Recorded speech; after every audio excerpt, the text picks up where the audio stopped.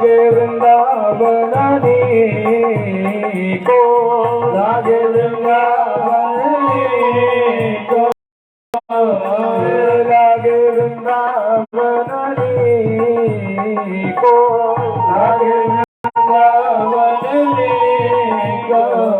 लागे मोहे लागे वृंदावन को हरि रे मोहे लागे वृंदावन रे मोहे लागे वृंदावन को हरि रे मोहे लागे वृंदावन को।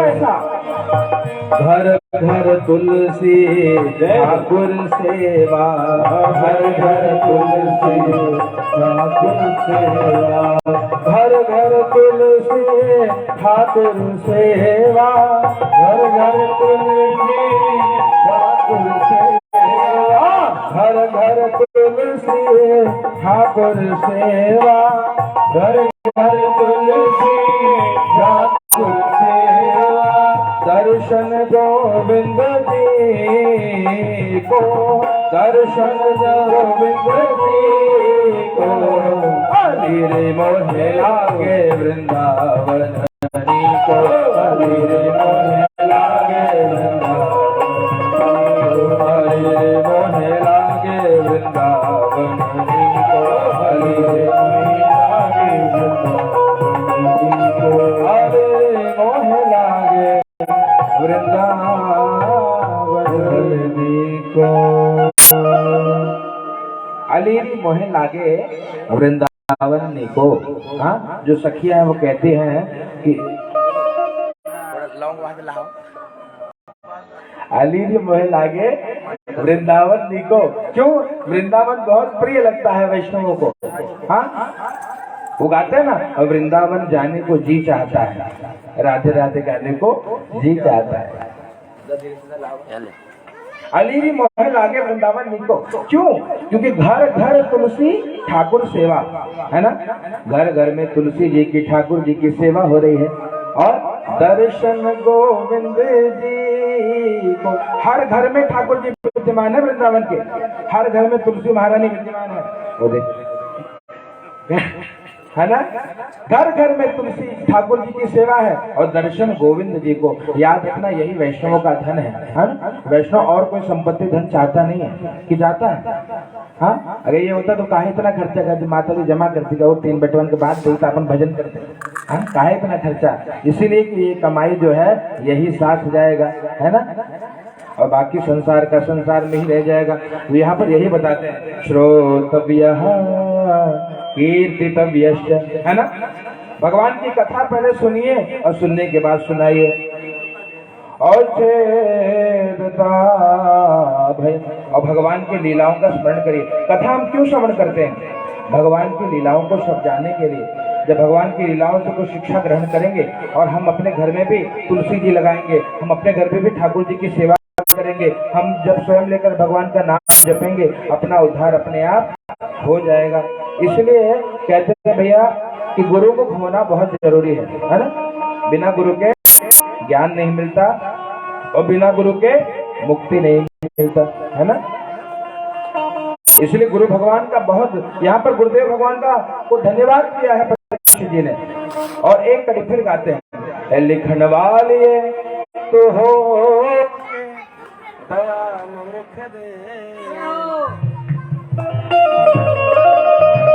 लिखन वाली तो हो के दयाल लिख दे, ओ मेरे दिल विच सतगुरां दा प्यार लिख दे, मेरे दिल विच सतगुरां दा प्यार लिख दे, ओ मेरे दिल विच सतगुरां दा प्यार लिख दे, मेरे दिल विच सतगुरां दा प्यार लिख दे। हाथ विच लिख दे सेवा गुरां दे, हाथ विच लिख दे सेवा गुरां दे, हाथ विच लिख दे सेवा गुरां दे, हाथ विच लिख दे सेवा गुरां दे, हाथ विच लिख दे सेवा गुरां दे, हाथ विच लिख दे सेवा सदगुरु का प्यार लिख दे, दिल विच सदगुरु का प्यार लिख दे, दिल विच सदगुरु का प्यार लिख दे। बिजली की समस्या से ये जो सिस्टम थोड़ा विच्छेद हो रहा है, तो उसके लिए सभी हम स्वयं क्षमा प्रार्थी हैं। व्यवस्था जब ठीक से हो पाए तो न हो तो काम चल जाए, हरी इच्छा से सब होता है। हाँ, कोई ही सोई जो राम रचि राखा, है ना। ये सदैव ये मान करके चलना कि जो करने कराने वाले हैं वो मेरे ठाकुर जी ही करवाते हैं।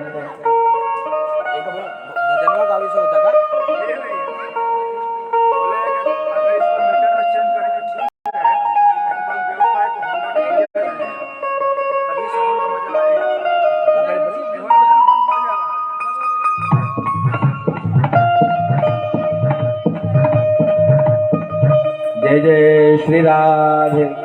भाव से बोलिए जय श्री कृष्णा, जय श्री कृष्णा, जय श्री कृष्णा, बड़ा जोर से जय श्री कृष्णा, जय श्री कृष्णा।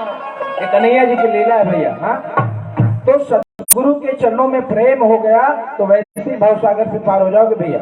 हाँ, तो कथा में प्रवेश करें और कहा क्या करिए, भगवान की लीलाओं का स्मरण करिए और कहते हो सके तो भगवान का ध्यान करना चाहिए भैया। और ध्यान कैसे करना चाहिए, तो कहते जितासनो जित श्वास, आसन को जीतना पड़ेगा। अब आसन को जीतना मतलब ये जरूरी नहीं कि पद्मासन पे बैठो, जहां बैठो एक स्थान पे बैठो, है ना। जैसे भाई देखिए बैठे हैं यजमान, यहाँ बैठे हैं हमारे सूरज प्रसाद तिवारी जी। हाँ, पूरे परिवार के साथ देखो बालिका शयन भी कर रही है, एक जगह बैठे हैं, प्रेम से हिलने का प्रयास नहीं कर रहे, एक स्थान पे जितासनो। और उसके बाद क्या करिए, जित श्वास हो, श्वास को जीत लीजिए, है ना। अब लोग यही मान के बैठे हैं कि श्वास को जीतना मतलब शरीर को ठीक करना है, बीमारी ठीक करना है। तो बाबा जी सवेरे 5 बजे आस्था पे आते हैं, खूब श्वास खींचो और छोड़ो, है ना। कपाल भाती, अनुलोम विलोम, उज्जाई, खूब प्राणायाम करो, है। लेकिन ये हमारे पूजा पाठ की विधि है भैया, है ना। जितासनो जित श्वासो, श्वास को जीतने का तात्पर्य केवल और केवल आपके मन से है। आप जब प्राणायाम करेंगे आपका मन स्वयं एवं एकाग्र होने लगेगा, स्वतः एकाग्र हो जाएगा। तो मन को एकाग्र करने के लिए क्या करना चाहिए, तो आपको प्राणायाम करना चाहिए। जित संगो, तीसरी विधि, माता जी ध्यान से सुनिए, जितासनो जित श्वासो और फिर जित संगो, किसी के भी साथ मत रहिए, है ना। जो वैष्णव जन है ना, तो वैष्णव के साथ ही रहना चाहिए, याद रखिए। तो वही कहते हैं कि जो हरिहर निंदक है ना, उनको अपना शत्रु मानिए। माता जी तो यहाँ तक कहती हैं कि उनका अगर सामर्थ्य हो, हरि निंदा कर तो जीभ काट दो उसको। कोई अगर नारायण की निंदा करे, शिव की निंदा करे, हाँ, तो जीभ काट दीजिए ना, नहीं तो चलिए परा, श्रवण मूंज न तो चलिए पराई, माता जी कहती है, पार्वती माँ। इस प्रकार से कहा, अगर सामर्थ्य है तो उसका जीभ काट दो, और न सामर्थ्य तो कान मूंद के चलो, लेकिन कभी भी हरिहर निंदा श्रवण नहीं करनी चाहिए। क्यों? उससे आपका पुण्य क्षीण होगा। ब्राह्मणों की निंदा, संतों की निंदा, गौ की निंदा, गायत्री की निंदा, गंगा की निंदा, कहा जो जीव श्रवण करता है उसके पुण्य स्वयं क्षीण होने लग जाते हैं। और फिर स्थूले भगवतो रूपे मनः संधारये क्रिया, तो मन को भगवान में लगाना चाहिए, इंद्रियों पर विजय करने का प्रयास करना चाहिए। और भगवान कहते विराट पुरुष का जो तलवा है ना, विराट पुरुष के बारे में बताते हैं। जो आपका पाताल लोक है ना, वही उस विराट पुरुष का तलवा है। और बताते हैं कि जो वृक्ष आपको दिखाई दे रहे हैं वो भगवान की रोमावली है। जो आपके रोम है ना, वो ऐसे रोम विराट पुरुष के, परमात्मा के रोम में बड़े बड़े वृक्ष। और जितनी नदियां प्रवाहित हो रही है ना, वही नाड़ियां हैं, उस विराट पुरुष की नाड़ियां हैं। और बताते हैं ब्राह्मण जो है वो भगवान का मुख है। ब्राह्मणों से मुखमासीत बाहु, राजन्य क्षत्रिय भगवान की बाहु है। हाँ, और जो वैश्य है वो भगवान के कहते उरु है। और इस प्रकार से जो सेवक है, सेवक वर्ण, चतुर्थ वर्ण जो है वो भगवान का चरण है। तो इस प्रकार से चार कहते ये विराट पुरुष की रचना है। अभी इस पे बड़ा विवाद चल रहा है। अभी किसी महापुरुष ने कहा कि ब्राह्मणों ने जातियां बना दी है ना, उनको ग्रंथों का अध्ययन करना चाहिए। बिना ग्रंथों का अध्ययन करे आप किसी पे आरोप प्रत्यारोप नहीं लगा सकते। श्रवण तो करिए, कभी कथा में बैठिए तो पता लगे। श्रीमद् भगवत गीता में भगवान कहते हैं भैया कि जो चारों वर्ण है ना, इसकी रचना किसी और ने नहीं करी, मैंने करी है। भगवान डंके की चोट पे कहते हैं चातुर्वर्ण्यम मया सृष्टः गुण कर्म विभागशः, है ना। जो आपका गुण है उसके गुण के अनुरूप मेरे ठाकुर ने आपको देखा और देखा कि अगर सत्व प्रधान है, भगवत सेवा वाला है, उसको ब्राह्मण बना दिया। हाँ, जो रक्षा करने वाला है उसको क्षत्रिय बना दिया, जो सबका पालन पोषण करने वाला है उनको वैश्य बना दिया, जो सेवक वर्ण है उनको चौथे वर्ण में प्रवेश दिया। तो ये भगवान कहते भैया मैंने ही लोगों के गुण को और स्वरूप को देख करके मैंने बनाया। तो इसकी रचना श्री कृष्ण परमात्मा ने स्वयं करी है। और यही बात बताते हैं कि किसकी उपासना से क्या फल मिलता है, वो ध्यान से सुनिए। अगर आप चाहते हैं कि आपको ब्रह्म तेज की प्राप्ति हो तो आपको बृहस्पतिवार का व्रत रहना चाहिए, बृहस्पति भगवान का पूजन करना चाहिए, पीले पदार्थों से पीले वस्त्र को पहन करके। और क्या करना चाहिए, आपको बृहस्पति भगवान का व्रत करना चाहिए। आप चाहते हो बड़े सुंदर दिखो, सुंदर दिखना मतलब आकर्षण है। तो याद रखना, अगर आप चाहते हो आपके भीतर आकर्षण हो तो उसके लिए आपको गंधर्वों की उपासना करनी चाहिए। आप चाहते हो आपके इंद्रियों में बल हो, शरीर सामर्थ्यवान हो, तो आपको इंद्र की उपासना करनी चाहिए। और अगर विवाह नहीं हो रहा है तो आपको उर्वशी की आराधना करनी चाहिए। संतान प्राप्ति के लिए श्रीमद् भागवत का वर्णन है, प्रजापतियों की उपासना करनी चाहिए। अगर आपको विद्या प्राप्ति करनी है, आप ज्ञानी बनना चाहते हो, आप भगवान की भक्ति करना चाहते हो, आप भगवान की कथा श्रवण करना चाहते हो, तो आपको ज्ञान प्राप्ति के लिए शंकर भगवान की उपासना करनी चाहिए। प्रेम से शंकर भगवान की।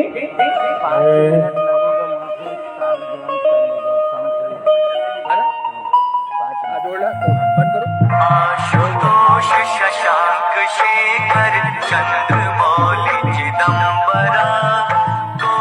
तो यहाँ पर सुन लीजिए, लक्ष्मी प्राप्ति के लिए माया देवी की पत्नी पत्नी में अगर प्रेम न होता है, एक और चीज बता दूं, घर में क्लेश बहुत ज्यादा है, पति पत्नी आपस में फिर लड़ झगड़ रहे हैं, तो आपको माँ पार्वती की उपासना करनी चाहिए। और आयु के लिए आपको अश्विनी कुमार की उपासना करनी चाहिए। कुछ क्षण आप लोग जहाँ बैठे हो वही भगवान के नाम का कीर्तन करिए। हरे राम राम राम हरे हरे, हरे कृष्ण कृष्ण कृष्ण हरे हरे। ये जो लाइट लपलप कर रहा है ना, ये बिजली की समस्या है, उसके निवारण के लिए भैया को 5 मिनट का समय लगेगा। तब तक आप जहाँ बैठे हो वही शांति से भगवान के नाम का जप करिए।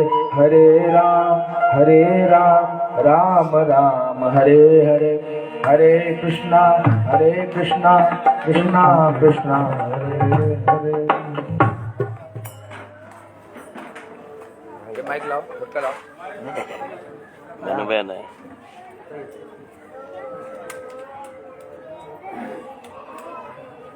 छोटका निकाल है, बच्चवा निकाल है, इतना जने जुड़ी